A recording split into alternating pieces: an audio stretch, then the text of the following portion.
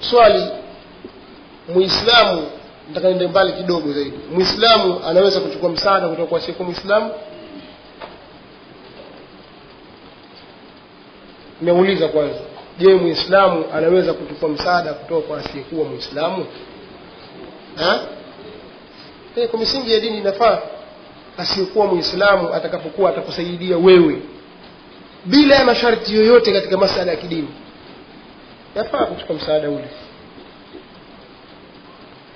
Akaja tu mtu Kalasinga, Budha, kafiri yote, akatoa msaada kwamba mimi jamani nawasaidia watu wa eneo hili hapa, kila anaishi katika mtaa huu hapa ajiandikishe jina lake, mimi nitatoa pesa za msingi mtu kufanya biashara, au nitawapa kitu fulani, nitawapa virahani, au nitawapa hiki msaada kwa watu wa eneo hili, au mmekumbwa na janga fulani mathalan, basi mletwe msaada na watu wao ambao hakuna masharti yote katika masuala ya dini, ni jaiz kuchukua, yafaa kuchukua msaada huo. Inaeleweka? Kafiri inafaa kuchukua msaada, wala hakuna kigezo chochote. Ama akija masuala ya dini kwamba sasa hiyo ni gea yake ta kuingia kwa watu kwa misingi ya kutaka kughilibu na dini yao, la, hatuchukui, kwa sababu dini yetu ni bora zaidi kuliko mali yao. Sasa je, Muislamu atakusaidia, au wewe katika msaada kwa Muislamu fulani kwa jambo fulani wajua kwamba hili aliweza?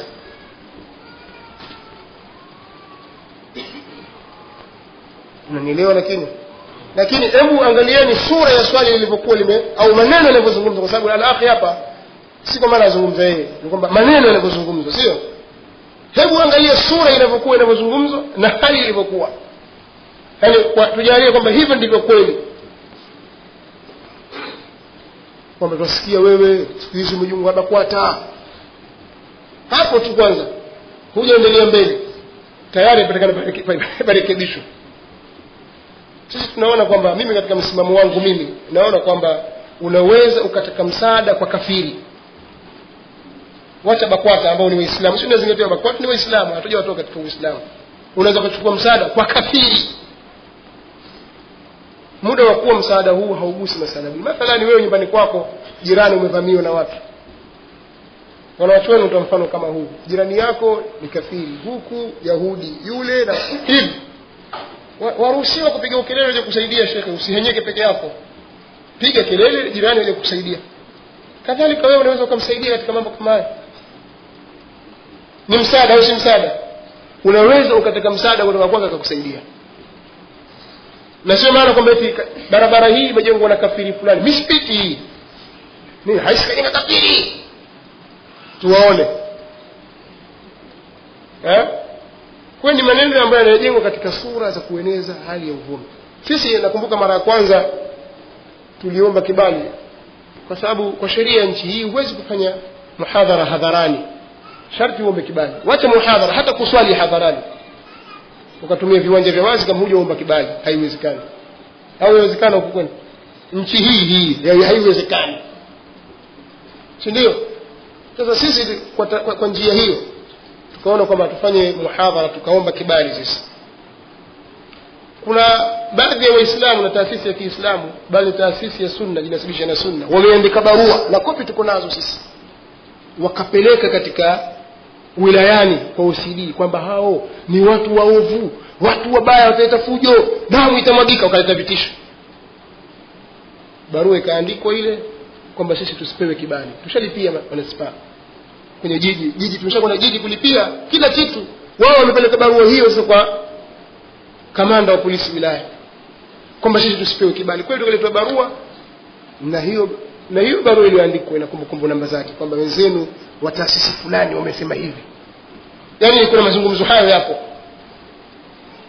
Tukaona hawa wataki haki yao, tutafute namna nyingine ya kutafuta. Kweli baadhi ya ikhwa wakajitolea wao wenyewe wakatafuta namna sasa ya kuweza kupata kibali kikapatikana. Tukafanya muhadhara, na si kwa maana kwamba eti BAKWATA au Nishia walifanya muhadhara tukaitwa sisi. Ni sisi tumefanya muhadhara na tukapitia namna fulani na njia fulani tukapata kibali tukapata kama muhadhara wetu. Sisi tuone ni halali, anasema haramu asimame. Haramu vipi? Aeleze, si dini hii au haramu nilo unaharamisha wewe? Lakini maneno ambayo yanatengenezwa kwa lengo la kutaka kuvuruga. Sisi hatuathiriki na maneno hayo, wajiathiri mwenyewe. Sasa walikuwa wakupigwa vita na kutangaziwa uovu ni yule aliyetuzuia sisi tusiseme maneno ya Allah katika viwanja vile, au ni wale waliotusaidia? Kwa sababu hawa watukatalia na hali ya kuwa Wakristo wa Galatia wafanya mihadhara yao pale, promotion zote zafanyika pale, muziki yapigwa pale, kila kitu, ufuska wote wafanyika pale, hawazuiwi. Lakini hawa ndio kuzungumza na Allah ndio wazuiliwa. Alafu yule anasaidia, nyinyi mmekuwa bakwata. Sasa wasemaje? Alafu ndio imekuwa nini? Swali jingine.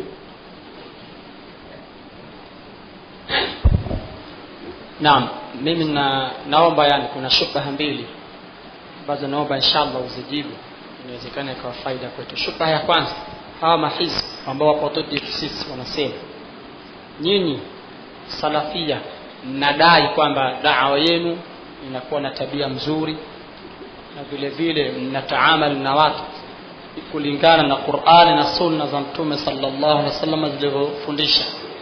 Lakini sisi tunashangaa, mmoja wa mwanachuoni wenu yani Sheikh Muqbil ametunga kitabu cha kumnyamadhisha Yusuf Qaradawi akiita kwa iskat al-kalb al-aab.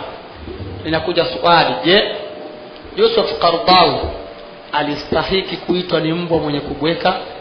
Hiyo sehemu ya kwanza. Sehemu ya pili, wanasema nyinyi mnakataza na mnapinga kwamba hakuna jihad, na Mwenyezi Mungu Subhanahu wa Ta'ala anasema kutiba alaykumul qital wa huwa kurhun lakum.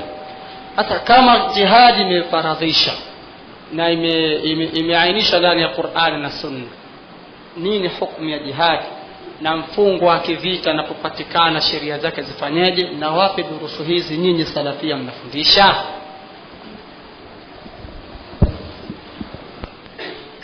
Ni maneno yote hawa maswali yote haya mawili ni maneno yamejengwa katika msingi wa ubabaishaji, na hii ndio tabia ya watu ambao mara nyingi hawapendi haki. Ni maneno yamejengwa katika msingi wa ubabaishaji. Sheikh Muqbil rahimahullahu ta'ala ni kweli ameandika kitabu akimrudi Dr. Yusuf al-Qaradawi. Tujalie hastahiki hivyo na Sheikh Muqbil amekosea. Tujalie kwamba baki twende sasa katika msingi kwamba kakosea. Alafu ndio nini? Ina maana haitokei katika watu katika mjitama waliokuwa katika njia sawa sawa.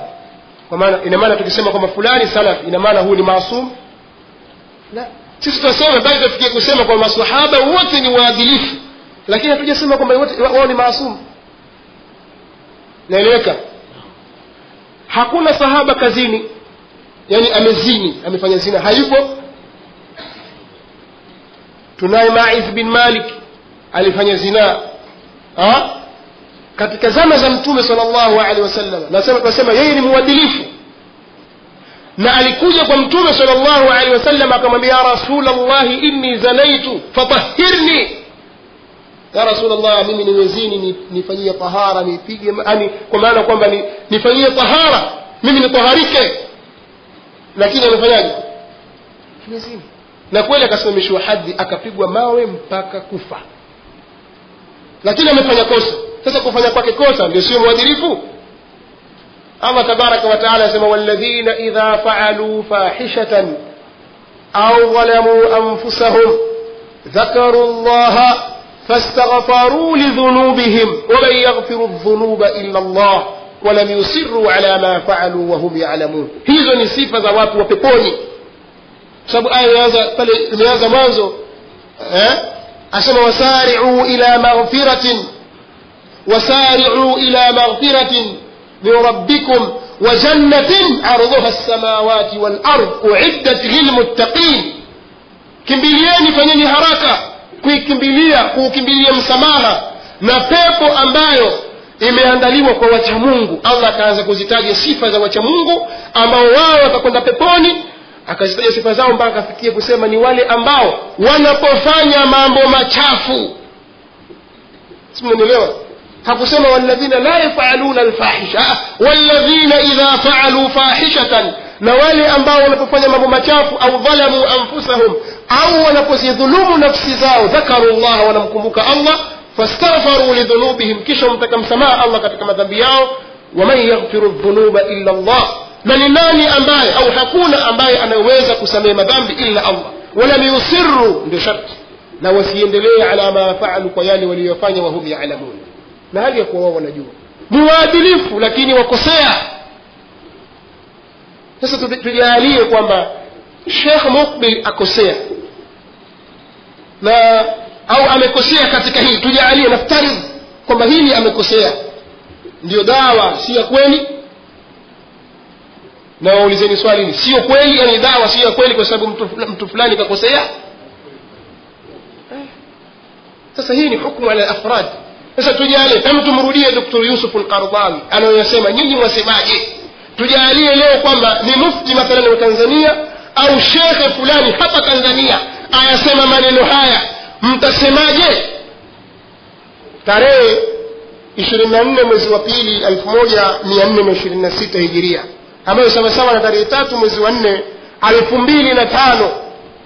Nataka mzingatie tarehe hiyo, tarehe 3 mwezi wa 4 2005 miladia, katika channel ya Al Jazeera. Katika channel ya Al Jazeera alijitokeza Dr. Yusuf al-Qaradawi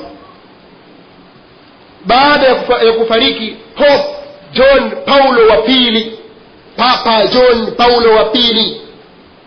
Baada ya kufariki Al-Baba Bolis au Al-Baba Yohanna Bolis الثاني, Papa John Paulo wa pili alipofariki, Dr. al-Qaradawi alitokea katika Al Jazeera akasema maneno haya yafuatayo.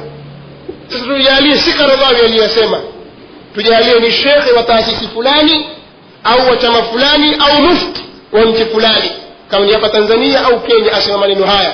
Nyinyi mwasemaje? Hukumuni kwa uadilifu. Asema hivi Qaradawi, na mimi maneno yake ninayo kwa sauti, anazungumza Qaradawi kwa sauti yake. asema faqad jarat عادتنا في هذا البرنامج أن نتحدث عن أعلام العلماء المسلمين. imepita ni kuwa ni kawaida yetu katika kipindi hiki kuzungumzia kuhusiana na maulama na wanachuoni wa Kiislamu, حينما ينتقلون من هذه الدنيا إلى الدار الآخرة, wakati wanapokuwa wanahama kutoka katika dunia hii kwenda nyumba ya akhera, yani wanapokuwa wamekufa. Kuna barnamiji maalum katika channel ya Al Jazeera huwazungumzia a'lamu almuslimin, ulama wa Kiislamu wanapokuwa wamekufa. ونحن اليوم على غير هذه العادة. Qaradawi yasema sisi leo tuko kinyume na ada hii. Natahadathu an alamin, tunazungumza kuhusu kiongozi, walakin laysa min a'lami almuslimin, lakini si katika viongozi na wanawachuoni wa Kiislamu. walakinahu alamun min a'lam au alamu a'lami almasihiyya, lakini yeye ni kiongozi katika viongozi wa Masihi, yani wa Kristo. wa huwa alhabru al'azam, naye ni mwanachuoni mkubwa, Al-Baba Yohanna Bolis الثاني, naye ni Papa John Paulo wa pili. tunamzungumzia yeye baba wa al-Vatican wal kanisa al-Katolikia, ni baba wa Vatican na kanisa la Katoliki. wa a'zamu rajulin yusharu ilayhi bil banani fi ad-diyanati al-masihiyya, na ni mtu mkubwa mno. Watu wanajua Kiarabu ni wengi hapa, nikipotosha tuseme umekosea hapa. Na yeye ni mtu mkubwa katika wale ambao huishiriwa kwa vidole katika dini ya Wakristo. laqad tuwfiya bil amsi, alifariki jana. watanaqalat ad-dunya khabara hadhihi al-wafat, dunia ikanakili habari za kifo hiki. wa min haqqina, sikia maneno yake anazungumza, wa min haqqina, na katika haki yetu sisi, au min wajibina, au katika wajibu wetu, ni wajibu sisi waislamu kwetu sisi, an nuqaddima al-azaa ila al-ummati al-masihiyya, kupeleka pole kwa umma wa Kristo, tuwapelekee pole wenzetu. وإلى أحبار المسيحية في الفاتيكان وغير الفاتيكان من أنحاء العالم. لكذلك kuwapelekea azaa au pole wanawachuoni wa Kikristo walioko Vatican na nje ya Vatican katika miji ya Uislamu katika pande za ulimwengu. Msikieni maneno yake, anasema wa ba'dhum, na baadhi yao katika hao wanawachuoni wa Kikristo, yani makardinali na maaskofu, asdiqa'ul lana, na baadhi yao ni marafiki zetu sisi. laqainahum fi akthar min mu'tamar, tumekutana na wao katika mikutano mingi tu, wa akthar min nadwa, na katika warsha nyingi, wa akthar min hiwar, na majadiliano mengi. nuqaddim lahum al'azaa fi wafati hadha al-habr al-a'zam, tunawapelekea pole kwa kifo cha mwana wa chuoni huyu mkuu, alladhi yakhtaruhu al-masihiyun 'adatan ikhtiyaran hurra, papa ambaye wakristo wanamchagua kwa kawaida kuchagua kwa uhuru, walikuwa wakimchagua kwa uhuru. Alafu angalia maneno mabaya yanazungumza ule uchaguzi uliofanyika wa kumchagua pope. Yeye anasema hivi, wa nahnu almuslimin nahlam bimithli hadha, sisi tunatamani, sisi waislamu tunatamani mfano wa jambo hili la namna anapochaguliwa mtawala kwa upande wa Kristo. an yastati'a ulama'u al-umma, kuweza maulama wa umma, an yakhtaru yani shaykhahum al-akbar, kumchagua shekhi wao mkubwa, au imamahum al-akbar, au imamu wao mkubwa, ikhtiyaran hurra, kumchagua hali ya kuwa katika hali ya uhuru, biduni walaysa bita'yin min dawla min ad-duwal, na sio kwa kuchaguliwa na serikali katika serikali, dola miongoni mwa dola, au hukuma min hukumat, au hukuma katika hukumati nyingine. maneno mengine yanafuatia, nasema nuqaddimu azaana fi hadha albaba, sisi tunapeleka pole yetu kuhusiana na papa huyu, alladhi kana lahu mawaqif, ambaye alikuwa ana misimamo ambayo tudhkaru wa tushkaru lahu, misimamo ambayo hutajwa akashukuriwa, tuambia jazakallahu khaira ya baba, misimamo ambayo tunaweza kumwambia Allah akulipe kila la khairi ewe baba. Ana misimamo kama hiyo, ana misimamo mingi ambayo hutajwa akashukuriwa. Ukisoma katika zile memorandum zao, katika ile mipango yao, protokoli zao zile na mipango yao ya kanisa katika kuhusu bara la Afrika peke yake, hakuna yeyote katika mapapa aliyekusanya fund, yani mfuko mkubwa kabisa wa mali kuliko yeye, kwa lengo la kufanya tansiri, kuingiza Uislamu kwenye Ukristo. Na wakaweka target kwamba mpaka kifika 2000 bara la Afrika limekuwa bara la Kikristo. Huyo ndiye ambaye Karubai anasema mtu huyu akitajwa hushukuriwa kwa misimamo aliyokuwa nayo. Kisha alieleza lakini ni mrefu.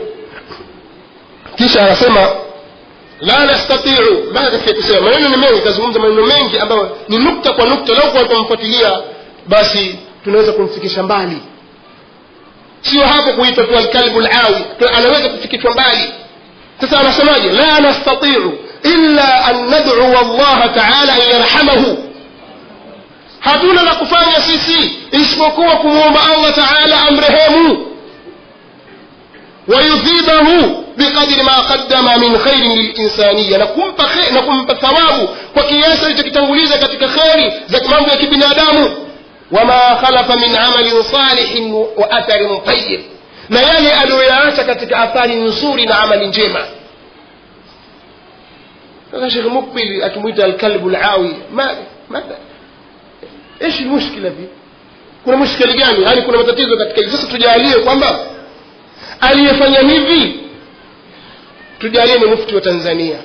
madha taqulun ayuha alharakiyun, mtasema nini nyinyi wanaharakati? Mwisho katika maneno yake asema hivi, wa nuqaddimu azaana lilmasihiyyin fi anha'i alalam, sisi tunapeleka pole yetu kwa wakristo katika pambizo zote za ulimwengu, wali asdiqaina fi Roma, na marafiki zetu walioko Roma vile vile tunawapa nini? Tunawapa pole.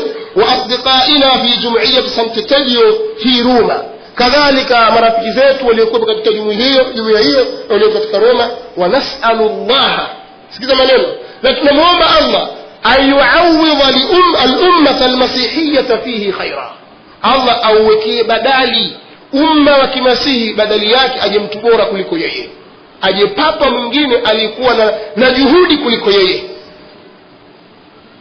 Na inasemekana zaidi ya watu milioni 100 katika kipindi chake wameritadi katika bara la Kiafrika. Takwimu inaonyesha kwamba zaidi ya watu milioni 100 wameritadi katika bara la Afrika kwa kupitia papa huyo rafiki yake Dr. Yusuf al-Qaradawi. Bali alikuja kuyazungumza maneno ambayo vile vile tunayo kwa sauti wakati ilipokuwa ni uchaguzi. Netanyahu na nani etaje ile bali nimsahau, kila mara namsahau, kipindi cha uchaguzi wa Jerusalem, Netanyahu alisimama na nani? Benjamin Netanyahu alisimama na nani? Nani nakumbuka jamani? Sharuna alikuja baadaye. Kuna mmoja alishindwa, nani yule? Netanyahu alisimama na nani?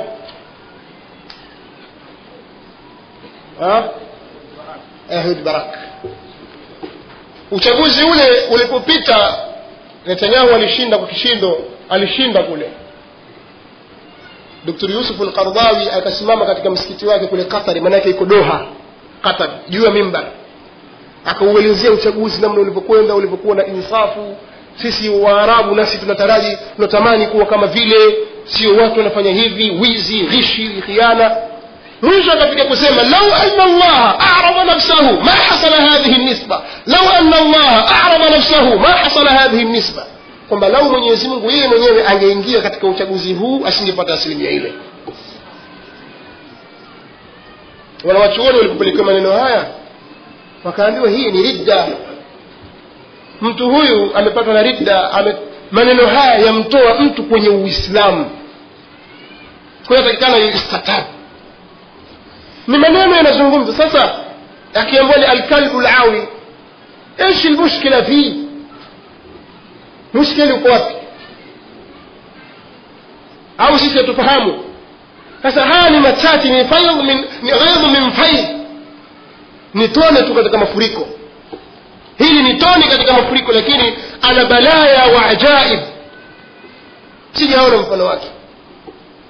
Ana mambo ya balaa na mambo ya ajabu ambayo mimi sijaona mfano wake, mtu mwenye fatawa kama hizo. Lakini kwa sababu yeye ni katika ikhwanul muslimin, bado watu wanamuadhimisha, bado watu wanalazimishwa kusoma kitabu al-halal wal-haram, na aliyomo ndani yake katika mambo ya haramu ni akahalalisha. Lakini watu bado wanahimizwa na kuwekewa karibu, someni al-halal wal-haram, muziki halali, sinema, vikundi vya maigizo, mambo chungu nzima yote halali. Na katika fatawa yake mingine alishawahi kuulizwa na mwanamuziki mmoja huko Amerika, ambaye Amerika au Europe, alitubia, mimi sina kazi zaidi ya kuuza hizi ala shingo zake zile ambazo alizitoa sasa zile kwenye soko. Sasa mimi nimeslimu sasa, lakini shughuli yangu ndio hii. Je, yafaa kuendelea kuuza muziki na nini na kula kupitia hizo? Sema la basi, dini hiyo ni dini. Sasa Allah tabaraka wa taala, watu wanawachuoni wa sampuli kama hiyo katika Qur'ani amewaita au amewapigia mfano wa mbwa katika Qur'ani. Lakini nitakushika na haya maelezo. Sasa kama lau mimi nasema lau kwamba awe ni shekhi wa hapa Tanzania ayasema maneno haya, watu pengine wamchukie. Sisi mathalan tumepitia BAKWATA mathalan kufanya muhadhara, mbona nyinyi mmejiunga na BAKWATA? Alafu na hali kwa siku hili, si ndio? Huyu azungumza hasa Mwenyezi Mungu amrehemu, amrehemu, kimya, hawasemi kitu na wala hawezi kuthubutu kusema chochote. Katukanwa, hawa mtukana. Ittaqullaha wa kunu ma'as sadiqin. Nukta nyingine kwamba hapa dawa salafia wapinga jihadi, hawataki jihadi. Na jihadi Mwenyezi Mungu ashaifaradhisha kwenye Qur'ani, kutiba alaykumul qitalu wa huwa kurhun lakum. Kadhalika Allah tabaraka wa taala asema waqatiluhum hatta la takuna fitna. Na nyingine zinasoma nyinyi mwasema jihadi hakuna. Ni kweli dawa ya salafi inasema hakuna jihadi. Sasa kwa nini watu hawataki kusikiliza, hawataki kusoma, vitabu vimejaa mbele yao, kwa sababu da'wa ya salafi imesimama kwenye kitabu na sunna. Ukisoma aya za Qur'ani jihadi himo, ukisoma kwenye sunna za Mtume sallallahu alaihi wasallam jihadi himo. Tunachokipinga sisi ni vitendo ambavyo havikubaliki kisheria wala kiakili, na wala tuwezi kuviita jihadi. Hilo tulikubali, na siku maana hatulikubali kwa sababu tuwapenda sana makafiri, au hatulikubali kwa sababu tuwaogopa makafiri. Hatulikubali kwa sababu dini haikubali. Sisi vile ambalo halikubaliki katika dini hatulikubali, lakini siku maana kama hatukubali kwa sababu tunaogopa mtu fulani. La, kuna baadhi ya vitendo hivyo vinaitwa jihadi, sisi tunasema si jihadi. Na niwahi kuzungumza hapa na mara nyingine na tunakariri kusema kwamba jihadi katika Uislamu imegawanyika katika sampuli mbili. Jihadi ya kwanza ni jihadu difai, yani mtu kujitetea.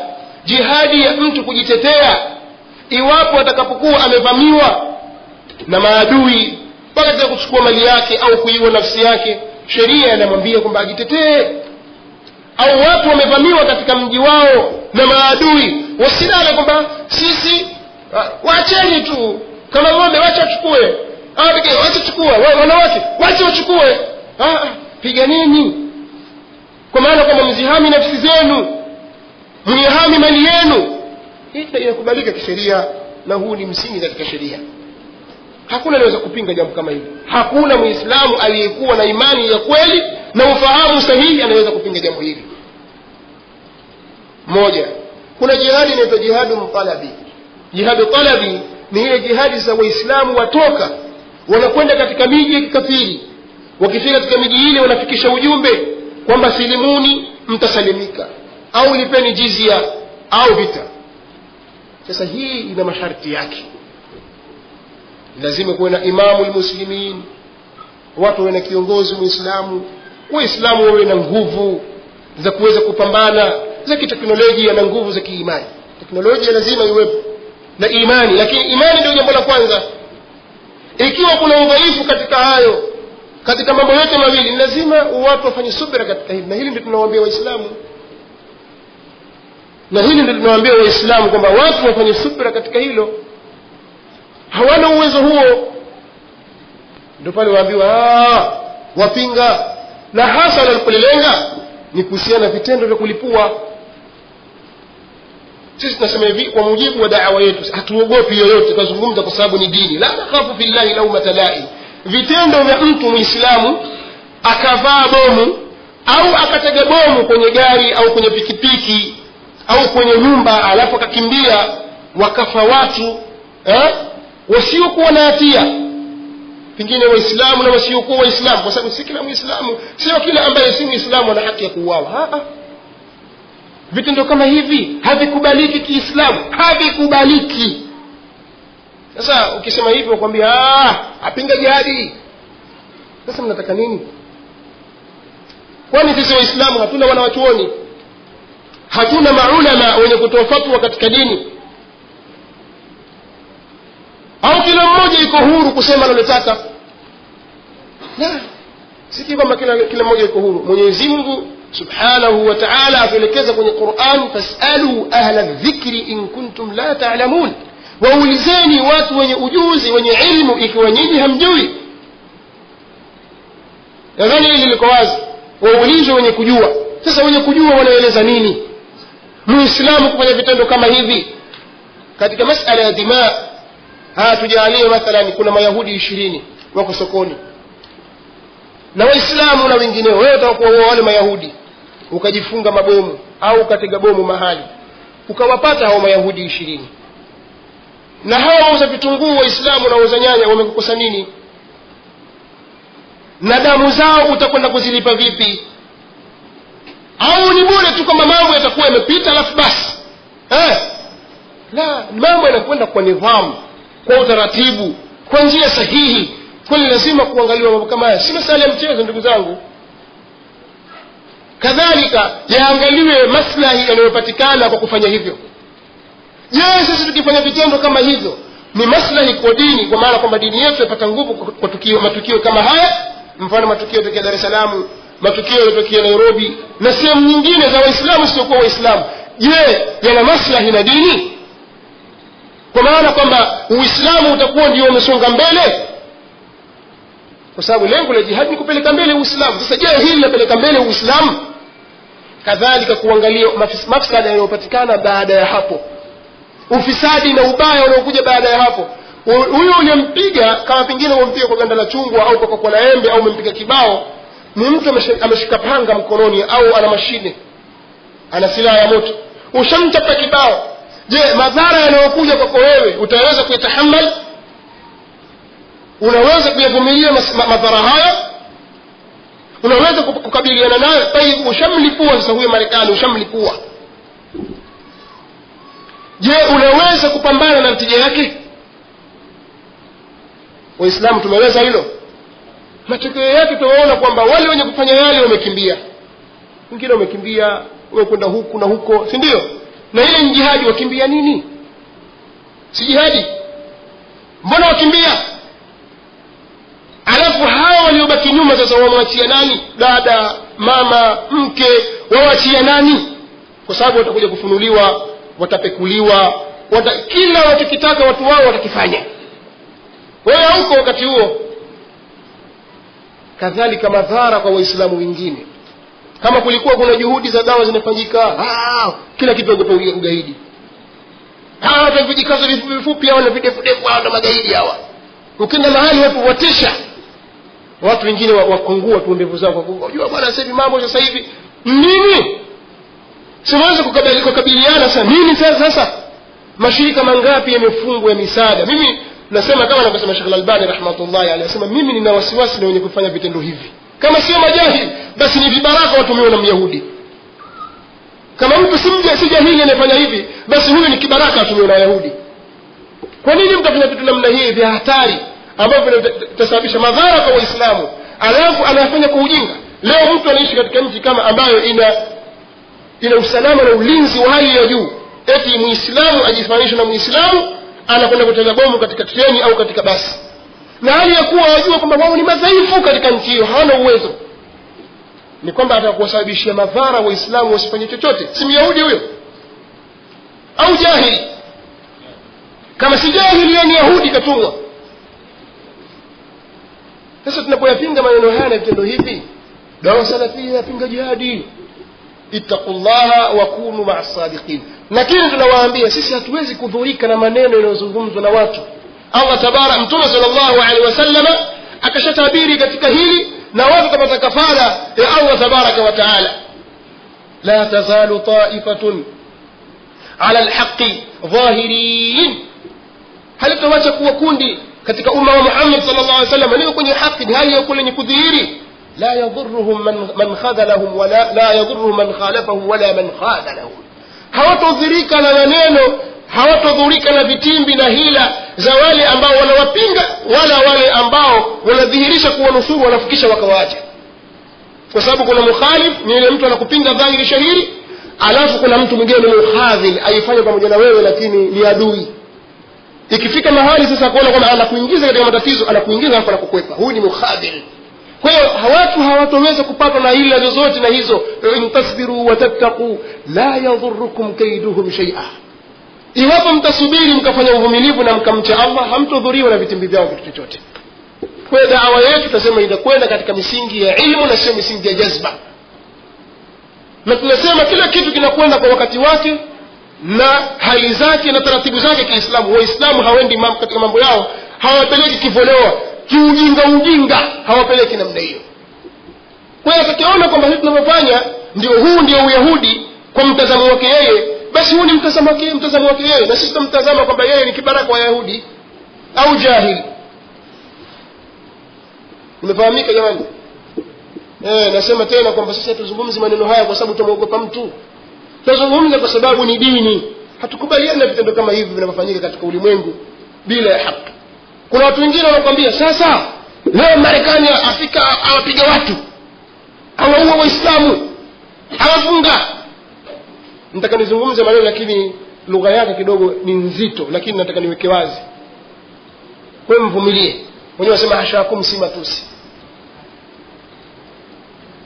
wewe wajua kwamba huyu ni Yahudi au ni Mmarekani kafiri, amekuja waliyadhu billah akambaka dada yako, akamfanya vitendo viovu mbele yako pengine, au akakufanyia wewe mwenyewe vitendo viovu, Uislamu na wewe wamlipiza na wewe ndio unalipizia kwa dadake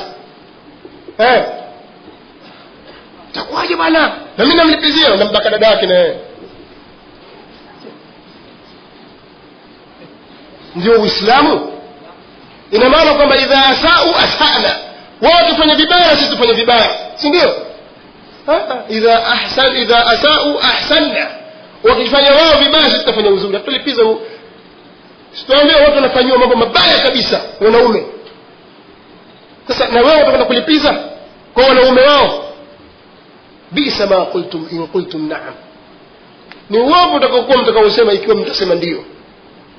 Uislamu unakwenda kwa taratibu ndugu zangu, na misingi yake iliyo madhubuti.